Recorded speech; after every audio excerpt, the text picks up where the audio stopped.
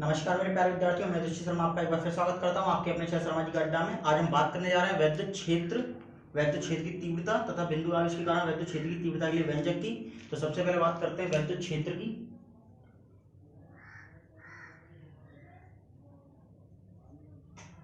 जिसे बोलते हैं इलेक्ट्रिक फील्ड।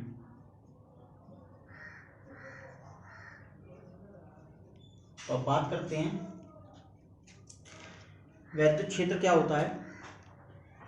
जैसे कोई आवेश है और आवेश के चारों ओर ये कोई क्षेत्र है, तो किसी आवेश के चारों ओर का वह क्षेत्र।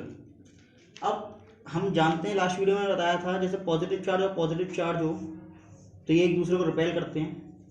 अगर नेगेटिव चार्ज और नेगेटिव चार्ज हो तो भी ये एक दूसरे को रिपेल करते हैं। अगर नेगेटिव चार्ज और पॉजिटिव चार्ज हो और यहाँ पॉजिटिव चार्ज या नेगेटिव चार्ज हो तो ये एक दूसरे को अट्रैक्ट करते हैं। तो अगर मान लीजिए मैं यहाँ पर कोई परीक्षण test charge, positive test charge यानी परीक्षण धनावेश लेकर आता हूँ और ये जो चार्ज है हमारा ये भी पॉजिटिव चार्ज है, तो ये पॉजिटिव चार्ज होने के कारण एक दूसरे को रिपेल करेंगे। अर्थात ये जैसे ही इसके क्षेत्र में आएगा ये एक फोर्स का अनुभव करने लगेगा, जिसे मैं आपको बताता हूँ इलेक्ट्रोस्टैटिक फोर्स कहते हैं। Electrostatic force. तो अब ऐसा नहीं है कि ये जो आवेश है, इस आवेश का क्षेत्र बहुत आगे तक है।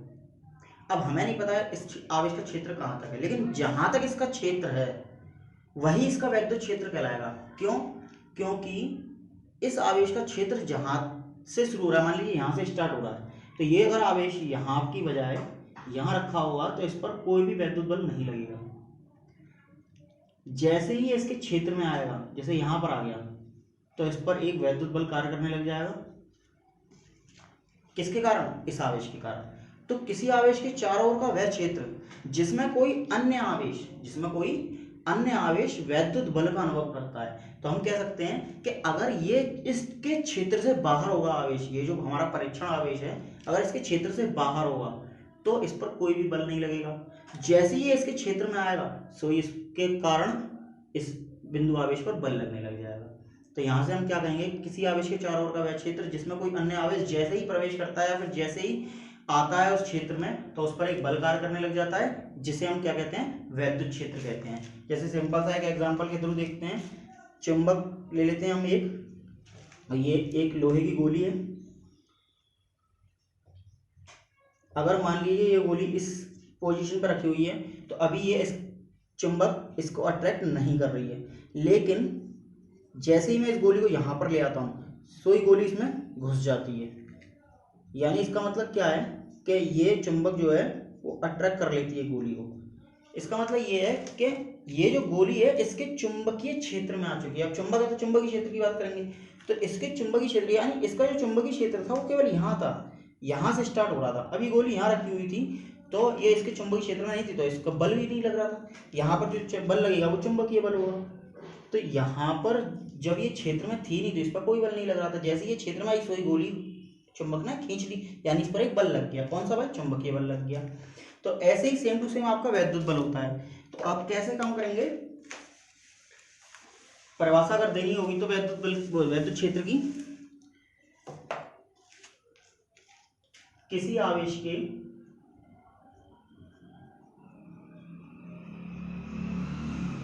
चारों ओर का वह क्षेत्र जिसमें कोई अन्य परीक्षण धनावेश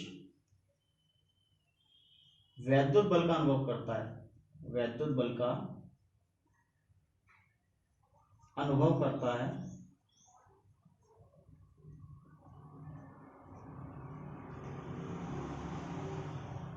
उस आवेश का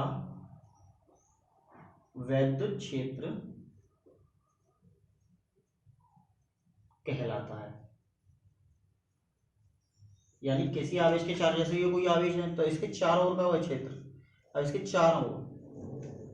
तो हम बात करेंगे अगर कोई आवेश यहाँ पर रखा है तो इस पर वैद्युत बल नहीं लगेगा। क्यों? क्योंकि इसके क्षेत्र में नहीं है। जैसे ही इसके क्षेत्र में आएगा तो इस पर एक बल कार्य करने लग जाएगा, जिसे हम क्या कहते हैं? वैद्युत बल, इलेक्ट्रोस्टैटिक फोर्स कहते हैं। तो किसी आवेश के चारों ओर का वह क्षेत्र जिसमें कोई अन्य आवेश वैद्युत बल का अनुभव करता है वैद्युत क्षेत्र कहलाता है। तो किसी आवेश के चारों ओर का वह क्षेत्र जिसमें कोई अन्य वैद्युत आवेश वैद्युत बल का अनुभव करता है वैद्युत क्षेत्र कहलाता है। अब बात करते हैं वैद्युत क्षेत्र की तीव्रता की। अब नया टॉपिक है वैद्युत क्षेत्र की तीव्रता, जिसे हम इंग्लिश में कहते हैं इंटेंसिटी ऑफ इलेक्ट्रिक फील्ड।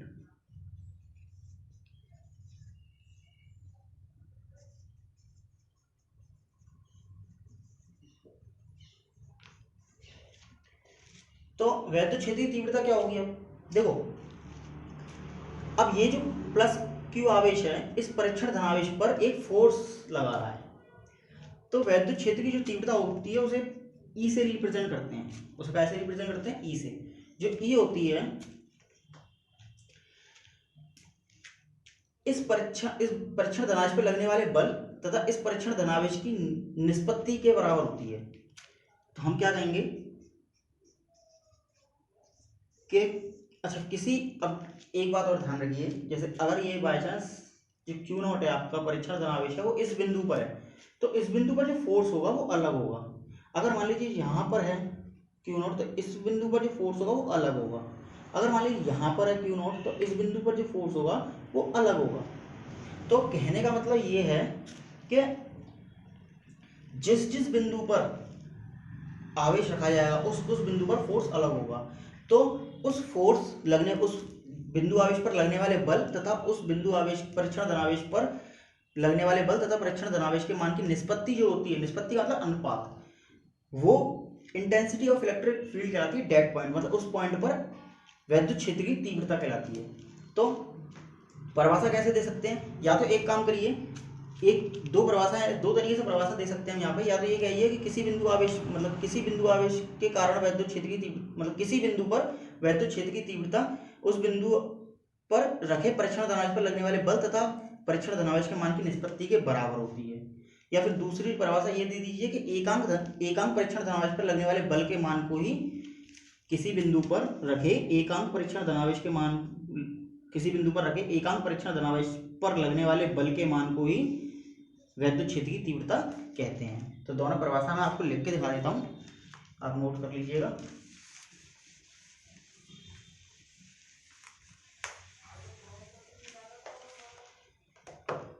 तो पहली परिभाषा तो ये है कि किसी बिंदु पर वैद्युत क्षेत्र की तीव्रता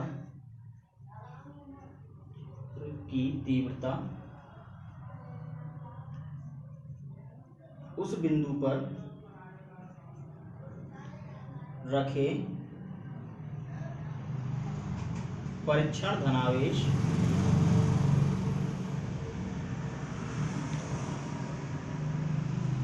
पर लगने वाले बल तथा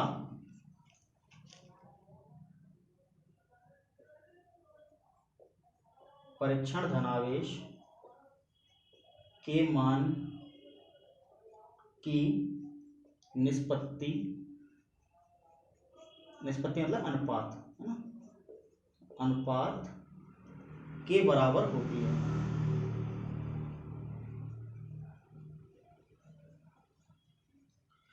तो किसी बिंदु पर वैद्युत क्षेत्र की तीव्रता उस बिंदु पर रखे परीक्षण धनावेश पर लगने वाले बल तथा परीक्षण धनावेश के मान की निष्पत्ति के बराबर होती है, यानी E बराबर F/Q।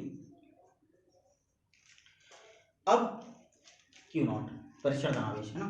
तो अब दूसरी परिभाषा क्या देख सकते हैं? देखिए, जब नीचे वाले पार्ट को अगर मैं एक अंक मान लूँ, यानी 1 कूलम मान लेता हूँ उसको मैं, ये आवेश जो है 1 कूलम है, तो किसी बिंदु पर रखें तो क्या लिखेंगे हम? किसी बिंदु पर रखे एकांक परीक्षण धनावेश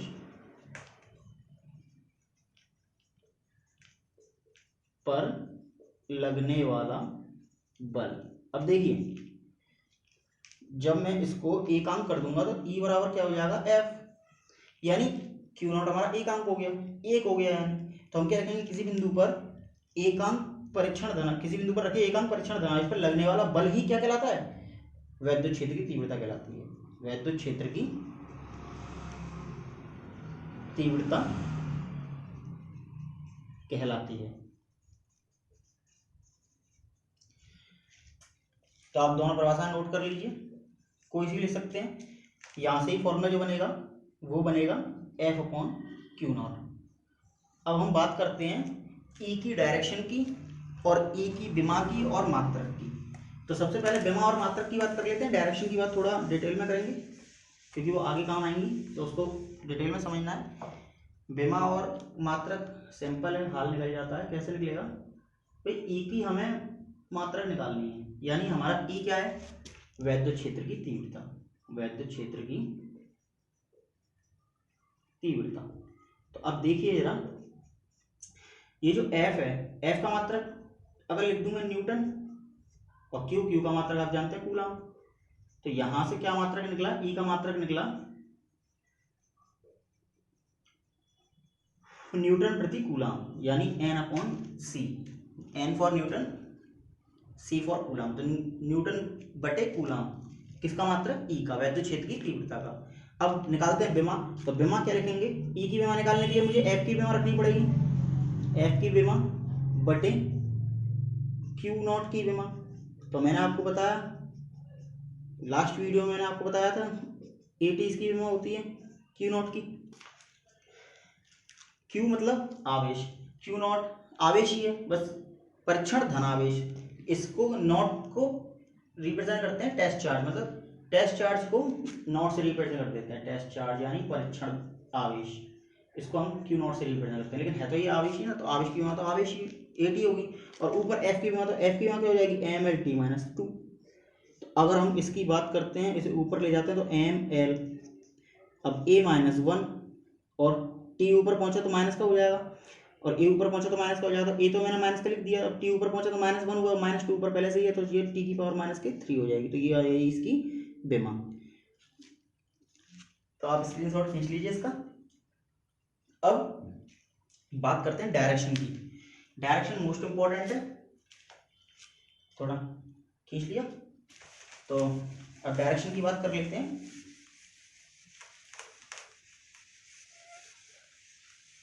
डायरेक्शन को समझना मोस्ट इंपॉर्टेंट है। जैसे ये पॉजिटिव चार्ज है, अब मानिए ये इसके चारों ओर क्या है, इसका वैद्युत क्षेत्र है।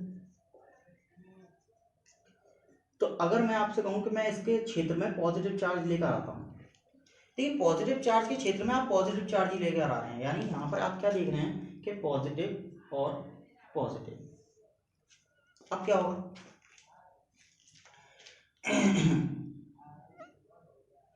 ये एक दूसरे को क्या करेंगे, रिपेल करेंगे, ये एक दूसरे को रिपेल करते हैं, यानी एक दूसरे से दूर जाएंगे, ठीक है। अब यानी अगर मैं क्यू नॉट को लेकर इसके पास आऊंगा तो क्यू नॉट कहाँ, किसी और भागेगा, इससे दूर भागेगा। अगर बाई चांस मैं क्यू नॉट को यहाँ से लेकर आया तो क्यू नॉट कहाँ भागेगा, यहाँ भागेगा। अगर मैं क्यू नॉट को यहाँ से लेकर आया तो क्यू नॉट कहाँ भागेगा, यहाँ भागेगा। अगर क्यू नॉट को मैं यहाँ से लेकर आऊँ तो क्यू नॉट कहाँ जाएगा, मतलब इससे दूर जाएगा, क्योंकि रिपेल करेगा। ये सिंपल सी बात है, positive positive charge repel each other. ऐसे ये क्यू नॉट, ये क्यू नॉट, ये क्यू नॉट, क्यू नॉट। तो इसी प्रकार हमने क्या सीखा, यहाँ से पॉजिटिव चार्ज के कारण, पॉजिटिव चार्ज के कारण क्या होता है, जो आवेश, वो पॉजिटिव चार्ज की जो वैद्युत क्षेत्र की तीव्रता होती है, उसकी दिशा जो होती है वो कहाँ होती है, बाहर की ओर होती है। कहाँ होती है, बाहर की ओर, ठीक है, याद रखिएगा इसे। या हम इसे लिख सकते हैं आवेश से दूर, आवेश से दूर। अब यहीं पर अगर हमारा नेगेटिव चार्ज होता, यहीं पर हमारा नेगेटिव चार्ज होता, तो चलिए मैं फिगर अलग बनाता हूँ समझने के लिए, थोड़ा कंफ्यूज ना हो। अगर बाई चांस यहीं पर नेगेटिव चार्ज होता अब क्या होता, तो मैं आपको बता चुका हूँ नेगेटिव और पॉजिटिव क्या करते हैं, एक दूसरे को अट्रैक्ट करते हैं।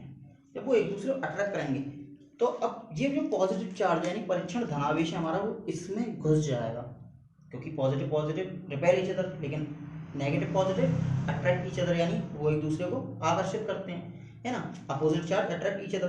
तो यहाँ पर क्या होगा कि अगर मैं क्यू आवेश इसको क्षेत्र में लेके आऊँगा, इसको इस आवेश को और परीक्षण आवेश को क्षेत्र में लेके आऊँगा, तो ये क्या होगा क्यू नॉट क्या होगा क्यू प्लस माइनस क्यू में घुस जाएगा। तो अगर बाई चांस माइनस क्यू में यहाँ बनाता हूँ तो इसकी डायरेक्शन अगर क्यू नॉट यहाँ रखा तो यूँ आएगी, अगर क्यू नॉट यहाँ रखा है तो डायरेक्शन यूँ आएगी, अगर क्यू नॉट यहाँ रखा है तो कहाँ जाएगा डायरेक्शन इसमें घुस जाएगा। ऐसे ही क्यू नॉट अगर यहाँ रखा है तो यहाँ घुस जाएगा। तो इस तरीके से अगर मैं देखूँ तो माइनस क्यू जो आवेश होता है उसकी जो क्षेत्र की तीव्रता होती है उसकी डायरेक्शन कहाँ होती है, उसकी डायरेक्शन होती है आवेश की ओर, आवेश की ओर। आप यही याद रखिएगा। देखिए आप याद क्या रखना है कि प्लस क्यू के कारण वैद्युत क्षेत्र की तीव्रता की दिशा कहाँ होती है, बाहर की ओर। क्या याद रखेंगे, बाहर की ओर। और माइनस क्यू के आवेश के कारण वैद्युत क्षेत्र की दिशा कहाँ होती है, आवेश की ओर। तो बातें आपको लर्न करनी है यहाँ पे।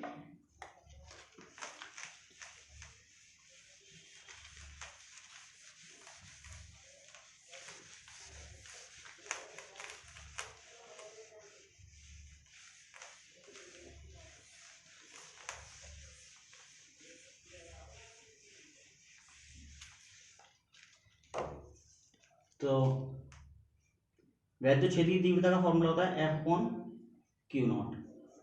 अच्छा जरूरी नहीं है एफ अपॉन क्यू नॉट ही हो, एफ अपॉन क्यू भी हो सकता है, क्योंकि सिंपल हमें आवेश लेना है। आवेश क्यू नॉट भी हो सकता है, हमारा परीक्षण धनावेश भी हो सकता है और हमारा ये नॉर्मल आवेश भी हो सकता है। तो दो फॉर्मूले हो सकते हैं इसके। एक ई का मात्रक, ई का मात्रक क्या होता है, न्यूटन बटे कूलाम। फिर ई की विमा तो अभी निकाली थी M L A minus one T minus three. फिर क्या रखना है, प्लस क्यू के आगे प्लस क्यू के कारण वैद्युत क्षेत्र की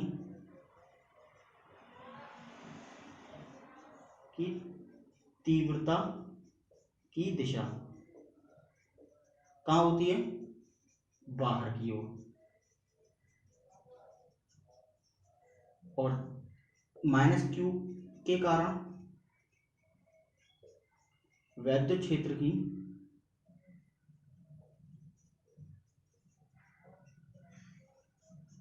तीव्रता की दिशा कहाँ होती है,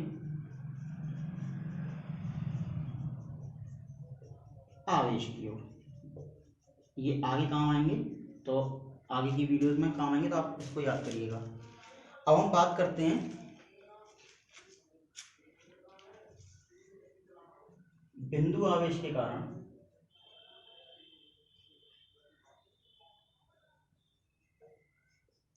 वैद्युत क्षेत्र की तीव्रता।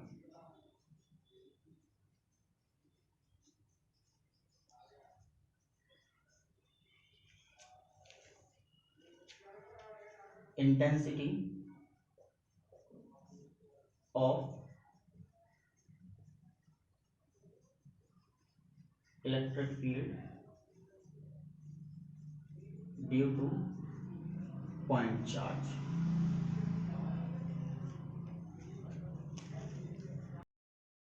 तो intensity of electric field due to point charge के लिए हमें क्या करना होगा जैसे अभी ये प्लस क्यू आवेश था, इसके चारों ओर एक वैद्युत क्षेत्र था, ये आपका वैद्युत क्षेत्र है। अगर इस बिंदु पर ये मान लीजिए ए बिंदु है, इस पर कोई पॉइंट चार्ज रखा है आपका, तो इस बिंदु पर लगने वाला जो पॉइंट चार्ज है फोर्स होगा वो एफ ए होगा। तो अगर हम ए बिंदु पर इंटेंसिटी निकालते हैं तो आप कहेंगे F A upon Q naught according to formula. अगर मान लीजिए यहाँ पर हमारा ये बी पॉइंट है और इस पर क्यू नॉट चार्ज रखा है, तो इस पर लगने वाला जो फोर्स होगा वो एफ बी होगा। तब intensity of electric field on point B पर क्या निकलेगी, F B upon Q naught. ऐसे अगर सी ए पॉइंट है तो इस पर फोर्स सी एफ सी होगा, तो इंटेंसिटी ऑफ पॉइंट सी क्या निकलेगी, F C upon Q naught. तो हमने क्या देखा कि हमें जिस जिस बिंदु पर इंटेंसिटी ऑफ इलेक्ट्रिक फील्ड का मान निकालना है उसके लिए हमें फोर्स ऑफ दैट पॉइंट चाहिए, यानी उस बिंदु पर फोर्स का पता होना बहुत जरूरी है। तो अब हम प्रत्येक बिंदु पर प्रत्येक बिंदु पर फोर्स निकालेंगे। अब कब तक फोर्स निकालते रहेंगे प्रत्येक बिंदु पर, तो हम एक ऐसा फॉर्मूला ड्राइव करते हैं, intensity of electric field due to point charge, एक ऐसा फॉर्मूला ड्राइव करते हैं जिसमें फोर्स की जरूरत ना पड़े, यानी ई का एक ऐसा फॉर्मूला ड्राइव करते हैं जिसमें फोर्स बार बार निकालने की जरूरत ना पड़े। अब ऐसा फॉर्मूला होगा किसके टर्म्स में, ऐसा फॉर्मूला होगा डिस्टेंस के टर्म्स में और पॉइंट चार्ज के टर्म्स में, जो कि आपका जो आवेश है जिसके कारण वैद्युत क्षेत्र है, वो आवेश जिसके कारण वैद्युत क्षेत्र है, और उससे आर मीटर की दूरी पर हमें इलेक्ट्रिक फील्ड की वैल्यू पता करनी है। तो अब आर मीटर की दूरी, अब वो कहीं भी हो सकती है, आर मीटर की दूरी ये भी हो सकती है, आर मीटर की दूरी ये भी हो सकती है, आर मीटर की दूरी ये भी हो सकती है। अब हमें केवल दूरी से बात करनी है, अब हमें फोर्स बार बार निकालने की जरूरत नहीं है प्रत्येक बिंदु पर। अब कोई भी बिंदु हो तो वहां से वहां तक की दूरी ले लीजिए। अगर मुझे बी पॉइंट निकालना है बी पर, तो आर बी ले ली मैंने डिस्टेंस, आर ए ले ली, सी पे निकालना है तो आर सी ले ली। तो मुझे अब काम करना है ऐसे फॉर्मूले पर जिसमें डिस्टेंस आती हो, उसको निकालने के लिए उसी को हम कहते हैं intensity of electric field due to point charge. अब कैसे निकाले जाते हैं, फॉर्मूला ड्राइव करने से पहले थोड़ा मैं बता दूंगा आपको। मान लीजिए ये पॉइंट चार्ज है, अब इसके चारों ओर इसकी इलेक्ट्रिक फील्ड है। अब इससे मैंने आर मीटर की दूरी पर कोई बिंदु पी मान लीजिए और मुझे इस पर इलेक्ट्रिक फील्ड फाइंड करनी है, इलेक्ट्रिक फील्ड फाइंड करनी है, और ये जो बिंदु है वो आर मीटर की दूरी पर है। तो हम लिखेंगे माना कोई बिंदु आवेश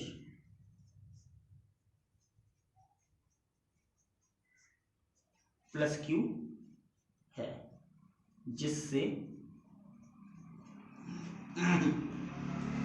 आर मीटर की दूरी पर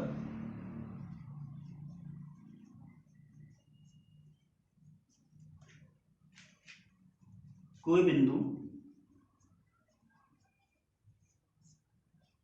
P है जिस पर वैद्युत क्षेत्र की तीव्रता ज्ञात करनी है। इसके लिए हम क्या करेंगे, P बिंदु पर प्लस क्यू नॉट परीक्षण धनावेश रखने पर, अब हमने क्या करा, P बिंदु पर एक परीक्षण धनावेश रख दिया प्लस क्यू। तो अगर मैं आपसे पूछूं इस प्लस क्यू पर जो फोर्स होगा क्यू के कारण, इस प्लस क्यू नॉट पर क्यू के कारण जो फोर्स अप्लाई होगा वो कितना होगा अकॉर्डिंग टू कूलाम लॉ, तो हम कहेंगे क्यू नॉट पर कूलाम के नियम द्वारा से लगने वाला वैद्युत बल। तो फॉर्मूला क्या होता है, 1/4πε0, पहला आवेश Q, दूसरा आवेश Q नॉट अपॉन बीच की दूरी R स्क्वायर। अब अगर हम इस वाले फॉर्मूले को देखें तो ये फॉर्मूला जो होता है वो E बराबर F अपॉन क्यू नॉट। अगर मैं यहां से बल निकालूं, अगर मान लीजिए ये जो चार्ज है वो इसकी इलेक्ट्रिक फील्ड में है, यानी इसके वैद्युत क्षेत्र में है ये चार्ज, परीक्षण धनावेश किसके वैद्युत क्षेत्र में, प्लस क्यू के। तो मान लो वो वैद्युत क्षेत्र E है, तो इस पर लगने वाला फोर्स F है। तो हम F कैसे निकाल सकते हैं, दिस फॉर्मूले से, Q नॉट E। तो मैं कहूंगा कि Q नॉट पर, लेकिन Q नॉट पर लगने वाला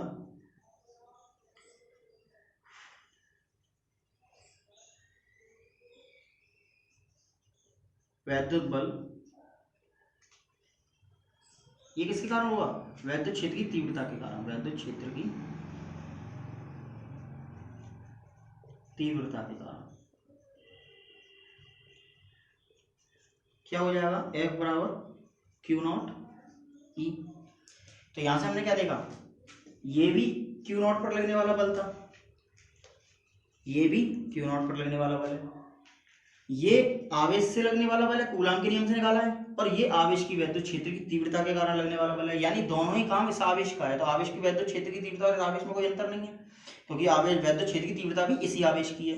तो ये दोनों बल जो होंगे वो एक दूसरे के बराबर होंगे। तो हमने क्या कर दिया यहाँ से, ई क्यू नॉट बराबर कर दिया, क्यू नॉट ई बराबर कर दिया 1/4 pi epsilon naught Q naught upon R square. Then Q naught से क्यू नॉट कट हो गया, तो ई बराबर 1/4 pi epsilon naught Q upon R square. तो हमें एक ऐसा फॉर्मूला पता चल गया जो कि डिस्टेंस के टर्म्स में है। तो देखिए, हमें केवल जो आवेश जिसके कारण वैद्युत क्षेत्र उत्पन्न हो रहा है, वो आवेश जिसके कारण वैद्युत क्षेत्र उत्पन्न हो रहा है, उस आवेश को पता होना चाहिए, उस आवेश का पता होना चाहिए वो कितना आवेश है, और उससे जितनी दूरी पर भी आपको वैद्युत क्षेत्र की तीव्रता निकालनी है वो दूरी पता होनी चाहिए। तो हमने ऐसा फॉर्मूला ड्राइव कर दिया इंटेंसिटी ऑफ इलेक्ट्रिक फील्ड का, जिसमें केवल आवेश और दूरी से मतलब है, बल से कोई मतलब नहीं है। यानी इस वाले फॉर्मूले से हमें जो बल बार बार लगाना पड़ रहा था, एफ ए पर ए बिंदु पर एफ ए, बी बिंदु पर एफ बी और सी बिंदु पर एफ सी, तो हमें अब ये बार बार नहीं लगाना पड़ेगा। केवल हमें डिस्टेंस नापनी है कि ए बिंदु की डिस्टेंस कितनी है, बी बिंदु की डिस्टेंस कितनी है, सी बिंदु की डिस्टेंस कितनी है। डिस्टेंस पुट कीजिए, इस आवेश का मान पुट कीजिए और आंसर आ जाएगा। ये फॉर्मूला जो आपको इंपॉर्टेंट है न्यूमेरिकल के लिए। तो आई होप आपको ये वीडियो पसंद आई होगी। ज़्यादा से ज़्यादा इस वीडियो को अपने फ्रेंडों के साथ शेयर कीजिए, और अगर आप मेरे चैनल पर नए हैं तो प्लीज़ लाल बटन दबाकर उसे सब्सक्राइब कीजिए, ताकि नेक्स्ट वीडियोज़ की नोटिफिकेशन आपको जल्द से जल्द मिल सके। तो इसी के साथ मैं दृष्टि शर्मा आपसे विदा लेता हूँ। जय हिंद, जय भारत।